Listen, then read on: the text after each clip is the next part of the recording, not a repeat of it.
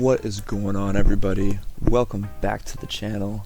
Today we got some more top cut gameplay here for you.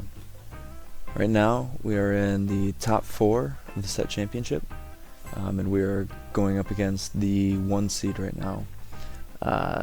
This player, Bailey, he was undefeated going into this tournament, and going into this round I should say. He didn't drop a set during the initial rounds, and he made his way up here. So he's the top guy to beat right now. So we're feeling nervous, but we know he's playing blue steel, comfort combo. Dude loves his Cogsworth, loves his Hirams, RIP to the rat. No more Cog draw. But he's playing a very standard Kiwi build of the blue steel. So pretty low to the ground, pretty aggro. He won we're playing placement, so he gets to go first. Unfortunately, he's just gonna ink and pass it over. No turn 1. That's what we like to see, especially when we're gonna follow it up by inking and playing Daisy for 1. Billy's gonna ink and play a Calhoun. Send it back.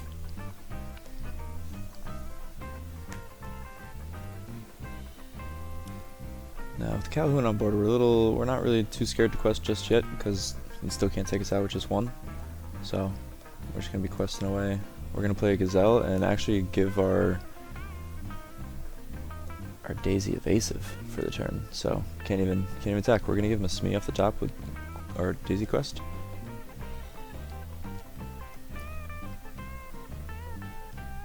Going to ink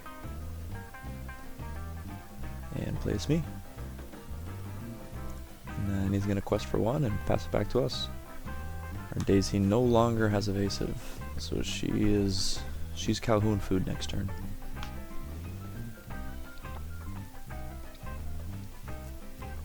Going into turn 3 here with our deck, we usually have a pretty good curve. Now is typically a good time that we like to play our bodyguards.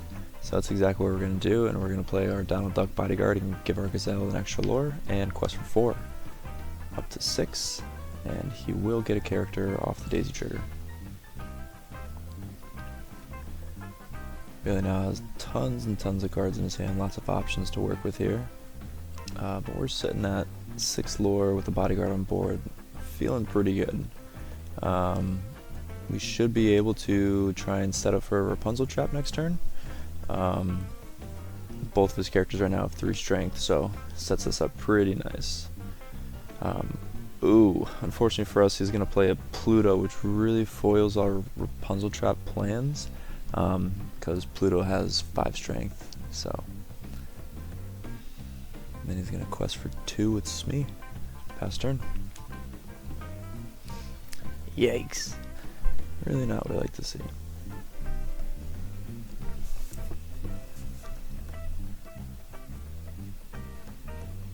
So we got some options here. Going into turn 4, our turn 4s are typically Rapunzels. We have a few Go-Go's, or we could just go wide.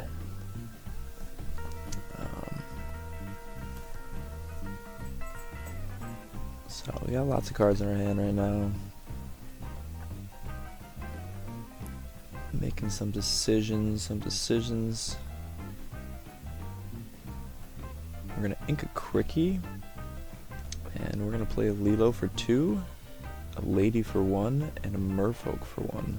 So we're just gonna go wide and just go crazy on the board. We're gonna get rid of the Cricky, which we could have used the following turn, but we might not have had another inkable card in our hand. That's alright. So we're going to quest for 3, pass it back over.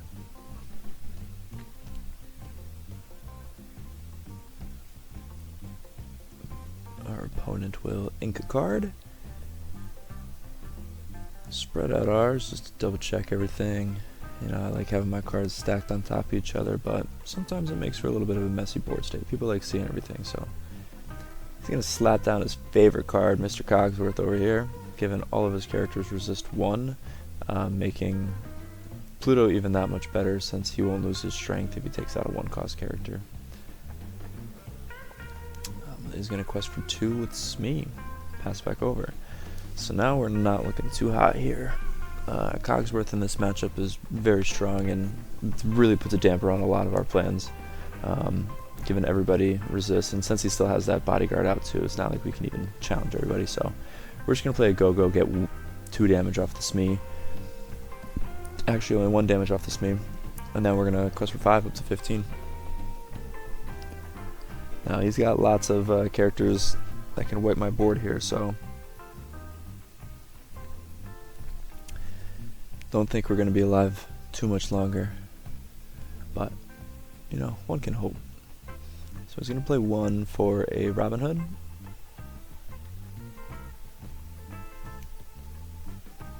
Definitely doesn't want to discard any cards with challenging merfolk, so he's going to try and play out as much as he can.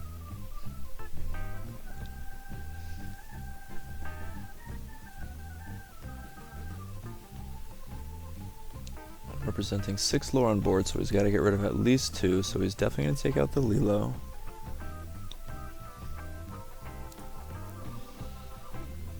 And then he will take out the merfolk with Calhoun to gain 2 lore and discard Alice.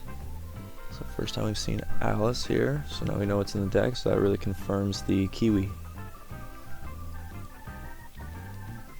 He's going to quest for 4 with Smee and Cogsworth. Play Gantu to really just close it out and pass the turn. There's no way I can deal with this board. Gantu itself is going to take it, so I'm just going to play Ursula and Merfolk and Scoop, and we'll go next game. Alright, so kind of got ran over in that first game. You can see how that deck really can just start rolling and keep going. It's a very linear deck, you know, it's pretty straightforward, 1, 2, 3, 4 curve. As you can see in that first game, he didn't even have a 1-drop and he was still able to come back, because once you're playing those big cost characters, it's kind of hard to stop. So here we are taking on mulligans. I'm going to take lots of cards. I think I took 5 in my mulligan.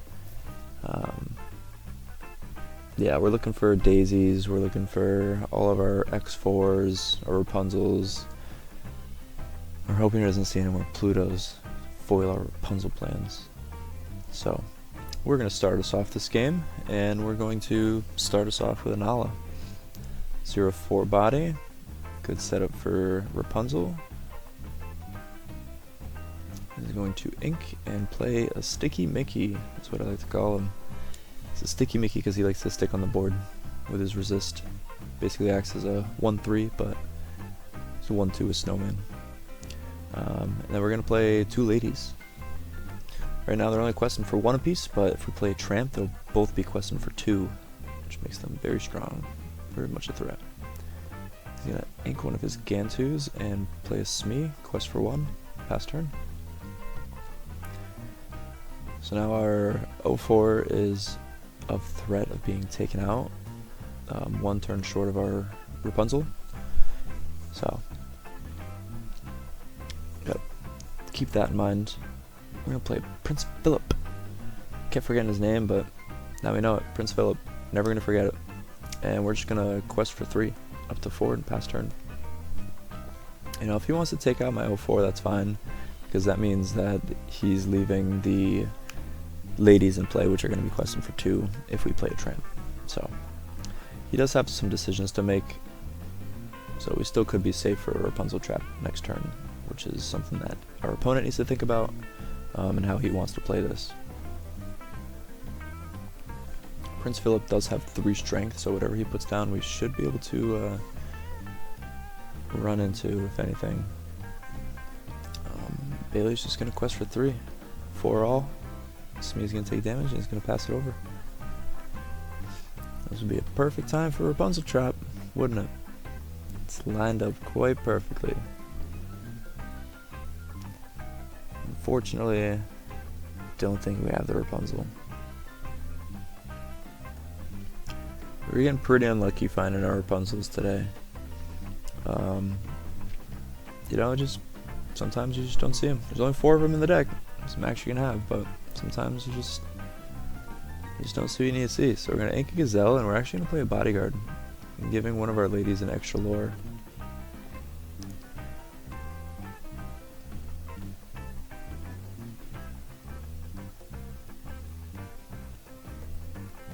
And then we are going to play a Tramp, giving our Nala +5 strength.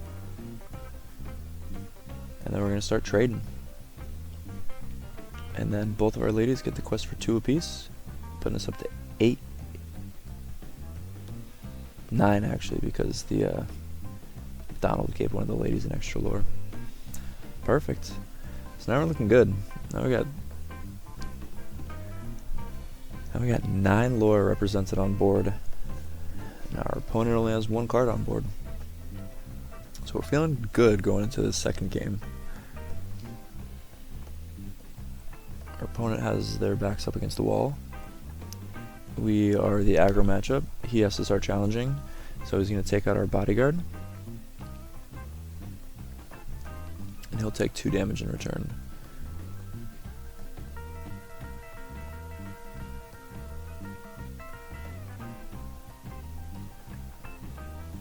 He needs to start going wide to start getting some characters on board to try and contest all of my characters. I don't think he has any mass damage spread. So he's going to play a John Silver, and he's going to say that our Tramp cannot quest next turn. Or he cannot challenge, sorry. He's going to make it so that Tramp can't challenge. But that's okay, because we're just questing away anyways. So we're going to play Zombie Lilo for 2.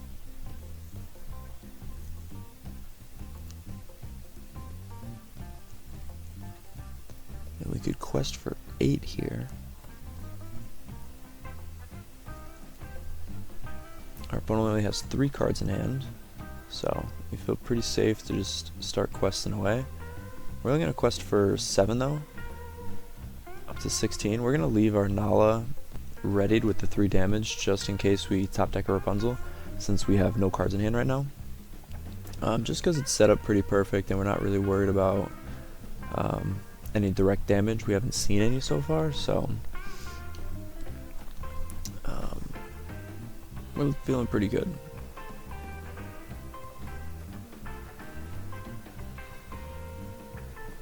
He's going to play a Mulan for 1, draw a card, discard.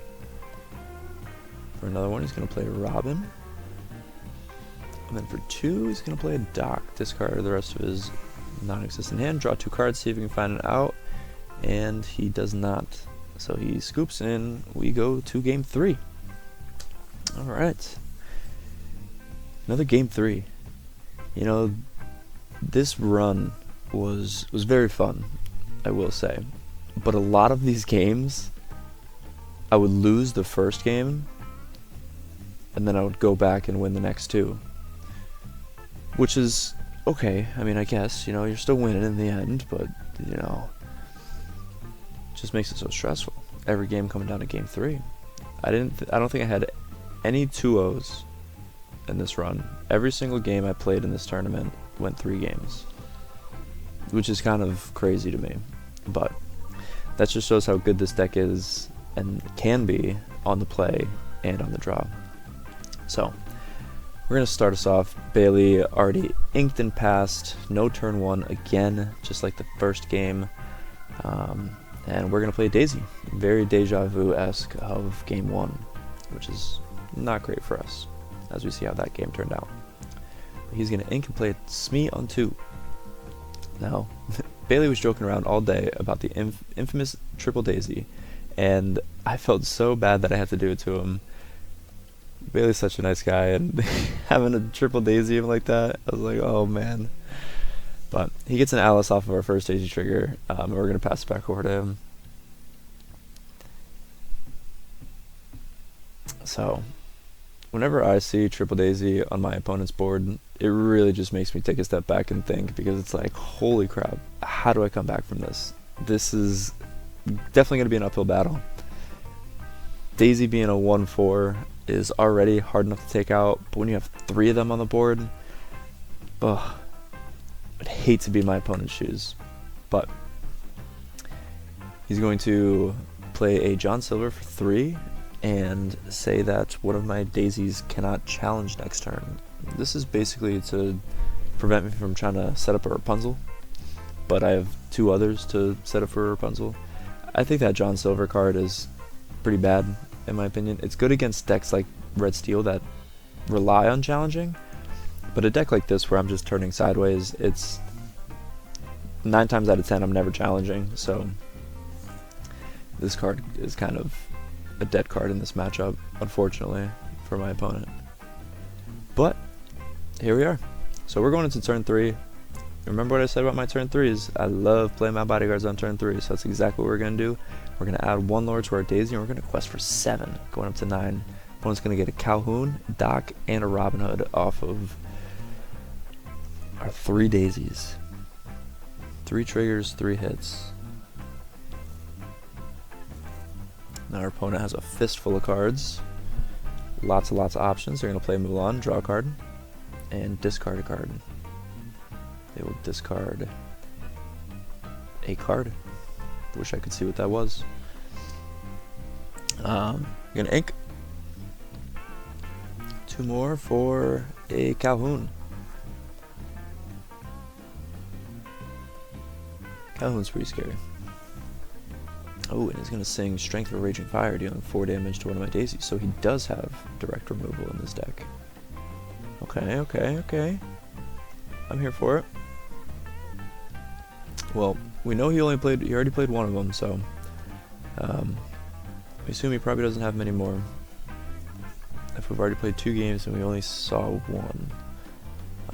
But he did trim out my board a lot, which is not the best for us, but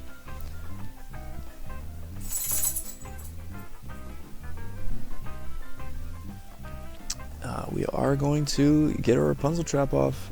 We're going to swing in, get 3 damage on our Daisy, and we're going to heal all 3 and draw 3 cards with Rapunzel. That's what we like to see. That's what we like to see. And then we're going to quest for 2 with our other Daisy, and we're going to reveal a McDuck Manor going right to the bottom. So we have 11-2 right now. We're representing 6 lore on board. Our opponent has 3 characters on board. So we're in an alright spot right now. We're not looking too bad. You know, they can definitely get rid of at least one of our daisies here if they would like with Calhoun. So let's see how they're going to play it out. They got lots of cards in their hands, so they got many options. Us, on the other hand, we have 3 cards from our Rapunzel. And we just wait it out. Let's see what our opponent's going to do. Our opponent's going to play Fire the Cannon, dealing 2 damage to Daisy, taking out one of them, and then sending both of the other characters into the other Daisy to take it out.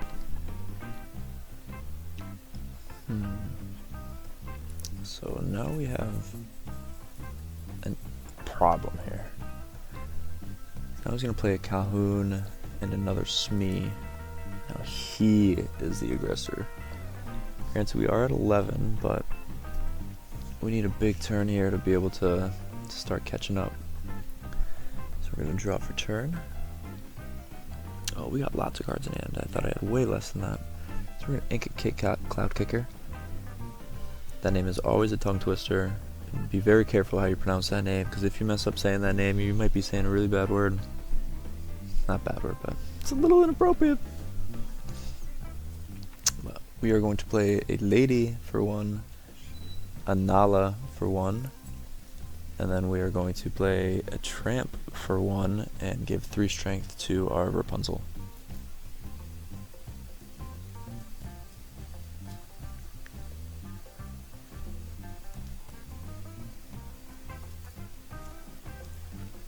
And so our Rapunzel can now take out either the Calhoun or the John Silver, or we can just turn it sideways and quest. Like I said, I think we have to be the aggressor in this game. So now we're representing 6 lore on board. Ooh, and our opponent's going to play an Alice and a Dock and draw 2. That's the gas they needed. That is the absolute gas they needed. Now they have a huge board, crazy wide. He's going to send both Calhouns into Rapunzel, gain 2 lore. Quest for 3 with Smee and John, and pass it over to me. Alright, so before we draw, we're going to analyze the situation we got at hand. We got 2, 4, 5, 6, 7, 8, 9, 10 possible lore on board if they all quest. Putting him at 19. Or if Calhoun challenges something, that's 2, 3, 4, 5, 6, 7, 8, 9, 10 lore again. So if both Calhouns challenge, he has enough to win the game. If one Calhoun challenges, he's short 1. If he just sits there and quests everything, he's still short. So we're gonna ink a kit. We gotta think here. We don't want to turn anything sideways, but we need to get enough lore on board so that we can just quest next turn. He only has 2 cards in hand from the dock that he drew. So we're gonna play a kit, and we're gonna bounce the dock back to his hand because that's the only viable target that we have for kit. And then we're gonna play a tramp for 3 since we have 4 other characters on board, and that's our last card in hand. So playing that kit was kind of the only way we'd be able to play this tramp. Unfortunately, we're going to count our cards in our discard, and we're going to see how many we have, kind of prepping for Chernobog.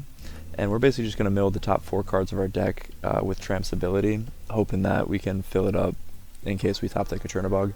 But as we see when we flip those cards over, both of the first 2 cards were Chernobogs and a Rapunzel, so that's tough. So now we're just debating if we want to quest or not, and I don't think we do because we have exactly 7 lore on board. The only win con would be for our opponent to draw a removal spell. And we've already seen 1 Fire the Cannon and 1 Strength of Raging Fire, so I doubt they're running much more. So if they have it, they win. If I quested some of my guys, I also would have lost, so I think this is my best win con here.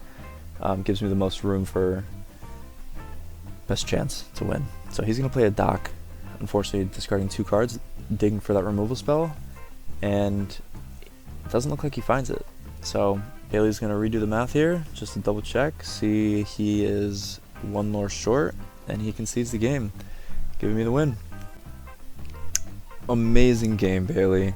Always a pleasure playing you. This is actually my first time ever actually getting to play against Bailey. So, thank you very much for the game. Very well played. So now we are headed onto the finals. We're going into the finals now. So if you guys made it this far in the video, drop a like, leave a comment, and make sure to stay tuned for the next video. Thanks for watching, guys. I will catch you later. Peace.